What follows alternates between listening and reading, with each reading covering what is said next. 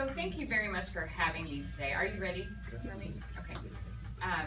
This is really a nice opportunity to meet all of you folks and give our organization a little bit of visibility, which is one of our strategic goals for the year. We've been around for 24 years, but I don't know if you've ever heard of us, and so that's what my thrust is as the assistant director of the organization and with a marketing background. My aim is to get us out in the light of day so people will know what we're doing and why we're doing it. What we're doing is training volunteers for nursing homes. Does anyone in this room have a loved one in a nursing home? Parent, grandparent? Maybe you've been to visit a parent or grandparent or in the past. There's a lot of things that are different about a nursing home environment that people really aren't aware of when they walk in. If you come in off the street and you know someone, it might be great to sit down and have lunch with your grandfather or play a card game with your aunt or whatever you're there for. But the day-to-day circumstances for those people are pretty bleak. And what I mean by that is the statistic is 50% of residents never receive a single visitor. So if you can imagine not only losing your health, losing your ability to drive a car, losing your house, possibly losing all your financial assets, and going into a place where the nurse tells you when you're going to eat, when you're going to brush your teeth, when you're going to shower, when you're going to watch TV, because maybe you only have an hour free time in the evening when a staff member can push your wheelchair down there or help you get your oxygen tank to the TV room, that kind of thing. Nursing homes are in a crisis. We have the baby boomer generation. They're all turning 65 now. By the year 2030, they'll start turning 85, which is when your chances of needing a nursing home go up from 1 to 20 at age 65 to 1 in 4 when you're 85. So we're going to be seeing a lot more people in need. We simultaneously are facing a staff shortage, so we don't have a lot of nurses. And in nursing homes, it's such a difficult environment that they see rates of 100, 200, and 300% turnover year over year. So that means a resident who lives at a nursing home for 3 years will see 3 different administrators in the time that they're there. And the CNA staff, the aides, will have turned over 9 times in that 3-year period. So there's not a lot of stability as far as like socialization goes for a resident in a nursing home. So we train volunteers who become friends and visit once a week. And they are the primary companions and provide that socialization and that stability. They provide that thing to look forward to. And our volunteers do everything from whatever your talent is, that's what you bring to the nursing home. So if you just want to have fun and you want to call game night and play cards or call bingo, you can do that. If you want to visit one-on-one with an individual person, you can do that. We have a lot of people doing some cool things. I'll tell you a couple stories about volunteers. Jill Wells works with a memory care unit. She visits these Alzheimer patients and dementia patients, and she brings her dog a lot of times. But she also invented this thing with a funny name. It's called a smell box. And scent is triggered by the same neurons in our brain as memory. So if you think about like if you had a grandma that used to bake bread and the smell of baked bread brings back that picture of your grandma in her kitchen, that kind of thing.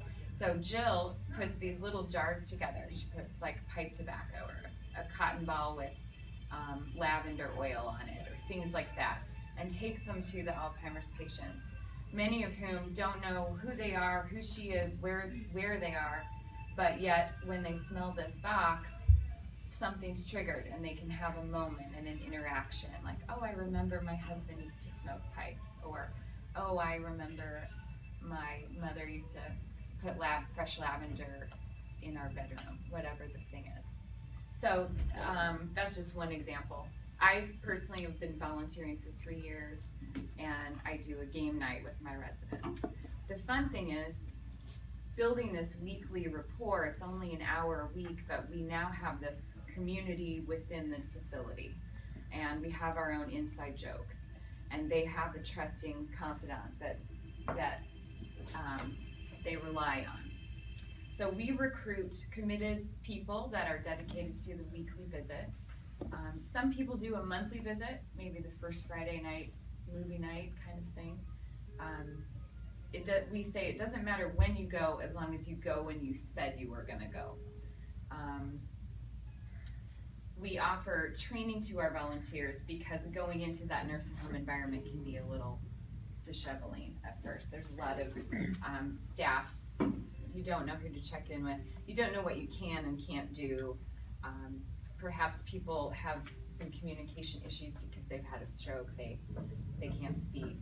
So we cover, in a 2-day training program, we cover nonverbal communication, working with the elderly, everything you're gonna see and then experience in a nursing home, ways to navigate that, ways to engage with both the residents and the staff, that kind of thing. We also offer volunteer networking and engagement events for our volunteers so that they have like peer-to-peer support and just some fun ways to get together. Let's see, I think that describes what we do. Is there anything else? Any Does anyone have any questions about? Is this exclusive to a specific place, or is it? Yes, the Omaha area. Okay. That's a great question. I forgot to include that. We currently have about 100 volunteers that serve about 15 facilities in the Omaha area. And that includes like Bellevue and Elkhorn. We do a couple of community events that you don't have to go through our long-term volunteer training. We have a one-time events. On Sunday, we're gonna be doing a Valentine's delivery outreach. So right now, our office is a sea and mountains of pink and purple glittered cards. We have recruited people all over the city to make and mail in handmade Valentine's cards. And we collect about 6,000. And then we have another group of volunteer teams that pick up a bag of cards and then go deliver them to each resident's room. So you get a bag, you get a facility, and then you go door to door and deliver handmade cards. So that's one of the things we do. We do a huge Christmas concert in December and have about 650 residents of local nursing homes transported to the Kroc Center. So you focus on residents that don't have family and things around? Correct. Or okay. Yeah. Primarily, you know, being in a nursing home is difficult as it is, but for the 50% that don't have family locally or don't receive visitors, it's very important for them as a socialization aspect. When was Community 360 started? 1992, so we're 24 years old in August. It's our birthday. So you made some sort of comment about a lady brings in their dog. Do the dogs have to go through special training? The dogs don't. They're Trying to fight the rest you of have to Well, check with your yeah. facility. So each volunteer is placed at a specific facility, and we help coordinate them talking with that activity director.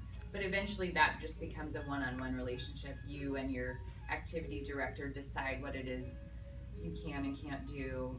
You get permission for things like bringing your dog, or if you wanted to go on a special outing, let's say, you could get permission, but you know, you have to coordinate some staff on that.